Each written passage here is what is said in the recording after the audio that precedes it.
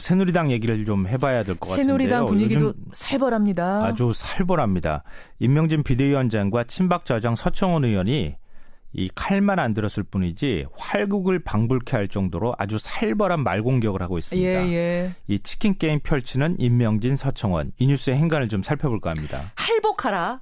할복이란 말이 나왔고요. 악성 종양이란 말이 나왔고. 네, 맞습니다. 무례하다 정도는 이거는 거기 될 것도 아닐 정도가 됐어요. 네. 어제 당무에 복귀한 임명진 비대위원장이 기자간담회를 열었는데요. 네. 이 하루 전에 인적 청산을 거부하면서 당 소속 의원들한테 전원에게 편지를 보낸 서청원 의원에게 무례하다 이러면서 직격탄을 날렸습니다. 그러니까 서청원 의원이 임명진 비대위원장을 비판하는 편지를 네. 임명진 위원장한테만 보낸 게 아니라 당 의원 전체한테 보낸 거예요. 예, 맞습니다. 그러니까 내가 알아서 폐지 문제는 판단하겠다 이런 식의 이제 내용을 보낸 건데요. 절차 무시하고 우리한테 나가라 마라 이런 얘기 하지 말아라. 이게 핵심이죠. 예, 근데 임 비대위원장이 여기에 대해서 공박을 하면서 박근혜 대통령이 국회에서 탄핵을 당했는데 어떻게 국회의원 배지를 달고 다니느냐. 일본 같으면 할복했다. 바로 이거죠. 인적 청산은 핵을 없애야 한다. 예. 종양의 뿌리를 없애야 다시 번지지 않는다. 이러면서 다시 한번 친박 의원들에게 탈당을 요구했습니다. 종양의 뿌리가 그러니까 지금 친박이라는 거죠. 핵심이다. 이거 네. 거예요. 친박 중에서도 더 핵심이다. 이렇게 보면 맞을 것 같은데요. 예. 서 의원이 이제 편지에서 탈당 시기를 스스로 정하겠다 이렇게 얘기를 했었는데 여기에 대해서도 임금님이냐? 자기가 얘기하면 다 들어왔느냐? 이러면서 공박을 했습니다. 그래요. 이 정도면 거의 사형 선고급 멘트라고 할 수 있는데요. 예. 서청원 의원도 가만히 있지 않았습니다. 기자들에게 메시지를 보내서 반박했는데요. 뭐라고요? 이 공당의 대표로서 금도를 벗어난 것이다. 부디 국가와 국민 그리고 새누리당을 위하여 최소한의 품격을 지켜주기 바란다. 이렇게 공격을 했습니다. 예.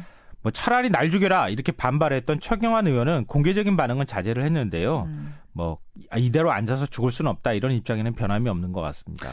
지금 임명진 위원장이 내놓은 기한이 6일까지잖아요. 네, 그렇죠. 오늘 며칠이? 오늘 4일이죠. 네. 이틀 남았네요. 네. 이틀 안에 결단 내려라라는 건데 지금 전혀 물러설 기색이 양쪽 다 안 보이고 예, 현재는 없습니다. 말폭탄만 아주 그냥 쏟아내고 있습니다. 네. 이 뉴스의 행간 이면 뭐가 숨어 있습니까? 첫 번째 행간은 블루투스 너마저입니다.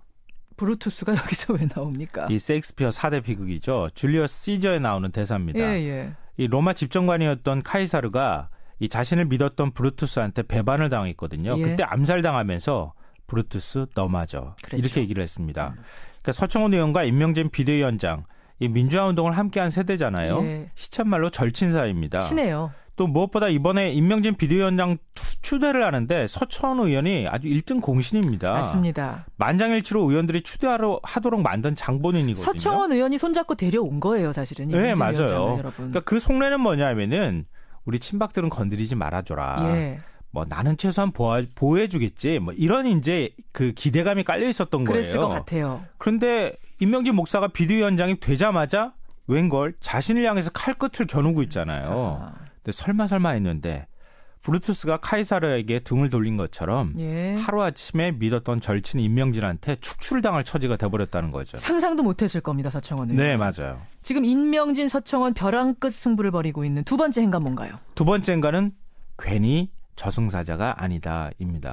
임명진 목사 별명이 저승사자예요. 2006년 한나라당 윤리위원장에 취임했을 때요. 막말 스캔들에 얽힌 의원들한테 윤리위원회에 다 해부시켜서 징계를 아주 살벌하게 했거든요. 이번에도 그런 면모를 보여주고 있다는 건데요. 그렇죠. 취임하자마자 진박 의원들 이른바 서청원, 최경환, 이정현 등등 해가지고 콕 찍고 현 정권에서 입각했던 인사들 그리고 막말했던 의원들 이완영 의원 그리고 김진태 의원 콕 찍어서 당을 떠나라 이렇게 요구를 했습니다. 예. 이렇게 인적 청산이 나서기 시작하니까 당이 흔들흔들하면서 시끄러워졌는데요. 그러니까 이게 인 비대위원장은 난 잃을 게 없다 이런 걸까요? 내가 가지고 있는 기득권도 없으니까. 네, 맞습니다. 어떻게 보면. 그러니까 비대위원장 수락하면서 경실련에서 영구 제명 처분까지 받았거든요. 맞아요.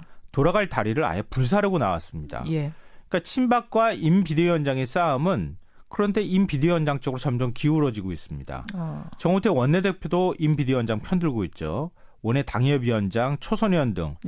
이 심지어 진박 중에서 색깔이 옅은 진박들까지 임 비대위원장을 거들고 나서고 있습니다. 그러니까 그 사람들이 보기에도 저 친박 핵심은 나가야지 우리 당이 살겠구나라는 판단이 지금 서고 있는 그렇죠. 거거든요. 몇 명만 나가면 나도 살 수 있다 이런 건데요. 근데 친박계 힘도 장난 아니잖아요. 그렇기 때문에 진검승부는 앞으로 며칠 동안 계속될 것 같다 이런 겁니다. 마지막 행간 뭐죠? 마지막 세 번째 행간은 상처뿐인 영광이 될 것이다입니다. 무슨 말씀이세요? 친박이든 임 비대위원장이든 누가 승자가 되든 예. 결국은 상처뿐인 영광이 될 것이다 이런 건데요.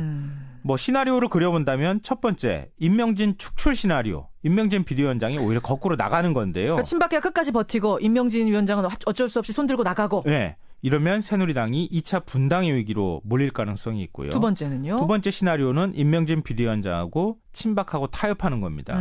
이건 뭐 정말 최악이 될 것 같고요. 그렇죠. 세 번째, 친박들이 탈당하는 시나리오. 그렇다 하더라도 임 비대위원장 입장에서 상처뿐인 영광이 될 수밖에 없다는 겁니다. 국민들이 다시 그래도 새누리당을 봐줄 수 있을까요? 세 가지 시나리오 중에 여러분은 어디에 거시겠습니까?